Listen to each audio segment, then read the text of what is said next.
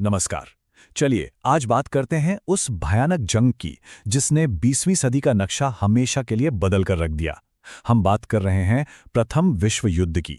यह सिर्फ एक लड़ाई नहीं थी, बल्कि एक ऐसी घटना थी जिसने बड़े बड़े साम्राज्यों को मिट्टी में मिला दिया, नए देश बनाए और पूरी दुनिया को एक ऐसे मोड़ पर लाकर खड़ा कर दिया जहां से आगे का रास्ता किसी को पता नहीं था। असल में ये लड़ाई सिर्फ देशों के बीच नहीं थी। ये सत्ता, साम्राज्यवाद, कट्टर राष्ट्रवाद और फौजी ताकत के घमंड का एक ऐसा खतरनाक कॉकटेल था जिसका फटना तय था। और हां, ये सब कुछ रातों रात नहीं हुआ। इसकी जड़ें कई दशक पुरानी थीं, जो धीरे धीरे पूरे यूरोप में जहर की तरह फैल रही थीं। तो इस पूरी कहानी को ठीक से समझने के लिए हम इसे 5 हिस्सों में देखेंगे। पहले हम जानेंगे कि कैसे दुनिया बारूद के ढेर पर बैठी थी, फिर वो कौन सी चिंगारी थी जिसने आग लगाई, उसके बाद युद्ध की असल भयावहता कैसी थी, फिर देखेंगे कि इसका अंत कैसे हुआ, और आखिर में उस शांति समझौते की बात करेंगे जिसने एक और युद्ध के बीज बो दिए। तो चलिए पहले हिस्से से शुरू करते हैं। युद्ध से ठीक पहले का यूरोप सचमुच एक बारूद के ढेर जैसा था। बस एक चिंगारी लगने की देर थी और सब कुछ तबाह हो जाता। हर बड़ा देश दूसरे से आगे निकलना चाहता था, अपनी ताकत दिखाना चाहता था, और इसी होड़ ने पूरे महाद्वीप में तनाव को चरम पर पहुंचा दिया था। इस महाविनाश के पीछे 4 बड़ी वजह थीं, और कमाल की बात यह है कि ये सब एक दूसरे से जुड़ी हुई थी। पहला, आक्रामक राष्ट्रवाद, मतलब मेरा देश सबसे महान है वाली सोच। दूसरा, साम्राज्यवादी होड़, यानी कौन कितने ज्यादा देशों पर कब्जा करता है। तीसरा था सैन्यवाद, हर कोई अपनी फौज और हथियार बढ़ा रहा था। और इन सबको एक साथ बांधने वाली जो चौथी और सबसे खतरनाक चीज थी, वो थी गुटबंदी प्रणाली, जिसने एक छोटी सी लड़ाई को वर्ल्ड वॉर बनाने का पूरा इंतजाम कर रखा था। अब ये गुटबंदी प्रणाली क्या थी? कहने को तो ये देशों के बीच एक दूसरे की रक्षा का वादा था, लेकिन असल में ये एक ऐसा जाल बन चुका था जिसमें पूरा यूरोप फंस गया था। मतलब सीधा सा था कि अगर 2 देशों में लड़ाई हुई तो उनके जितने भी दोस्त देश हैं वो सब भी उस लड़ाई में कूद पड़ेंगे, चाहे उनका उस लड़ाई से कोई लेना देना हो या ना हो। तो इसी गुटबंदी ने यूरोप को 2 बड़े हथियारबंद खेमों में बांट दिया था। एक तरफ थी केंद्रीय शक्तियां, जिसमें मेन थे जर्मनी, ऑस्ट्रिया हंगरी और इटली, और दूसरी तरफ थे मित्र राष्ट्र, जिसमें एक साथ थे ग्रेट ब्रिटेन, फ्रांस और रूस। समझिए कि पूरा महाद्वीप एक दूसरे के खिलाफ तलवारें ताने खड़ा था। तो माहौल तो पूरा तैयार था, बारूद बिछा हुआ था, बस एक चिंगारी की कमी थी, और वो चिंगारी भी लग गई। एक ऐसी घटना हुई जिसने इन सभी गुटों को आमने सामने लाकर खड़ा कर दिया और दुनिया को पहले विश्व युद्ध की आग में झोंक दिया। ये चिंगारी थी सरायेवो में हुई एक हत्या। ऑस्ट्रिया हंगरी के होने वाले राजा आर्चड्यूक फ्रांस फर्डिनेंड को गोली मार दी गई। बस इसी एक गोली ने घटनाओं का वो सिलसिला शुरू किया जिसे रोकना फिर किसी के बस में नहीं रहा। इस एक हत्या ने जो किया उसे डोमिनो इफेक्ट कहते हैं।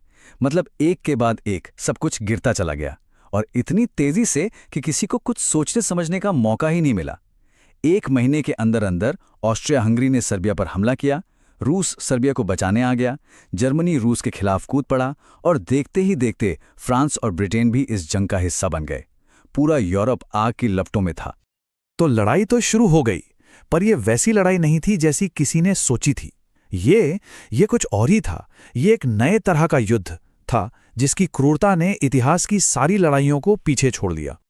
खासकर पश्चिमी मोर्चे पर लड़ाई का मतलब था खाइयों में सड़ना।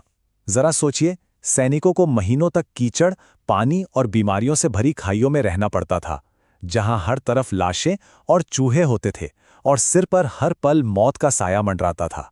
ये एक जीता जागता नरक था। और इस नरक को और भी भयानक बना दिया नए नए हथियारों ने। मशीन गनें मिनटों में हजारों जानें ले लेती थीं। पहली बार टैंकों ने जमीन को रौंदना शुरू किया। समंदर के नीचे पनडुब्बियों ने जहाज़ों को अपना निशाना बनाया। और सबसे खौफनाक थी जहरीली गैस, जो चुपचाप हवा में फैलकर हजारों सैनिकों की सांसें छीन लेती थीं। सालों तक ये तबाही चलती रही, कोई भी पक्ष जीत नहीं पा रहा था। फिर आया साल 1917, और इस एक साल में 2 ऐसी बड़ी चीजें हुईं जिन्होंने जंग का पूरा रुख ही मोड़कर रख दिया। एक तरफ रूस में क्रांति हो गई और वो जंग से बाहर हो गया। इससे जर्मनी को बड़ी राहत मिली, लेकिन उनकी ये खुशी ज्यादा दिन नहीं चली, क्योंकि दूसरी तरफ दुनिया की एक नई महाशक्ति संयुक्त राज्य अमेरिका मित्र राष्ट्रों की तरफ से युद्ध में शामिल हो गया।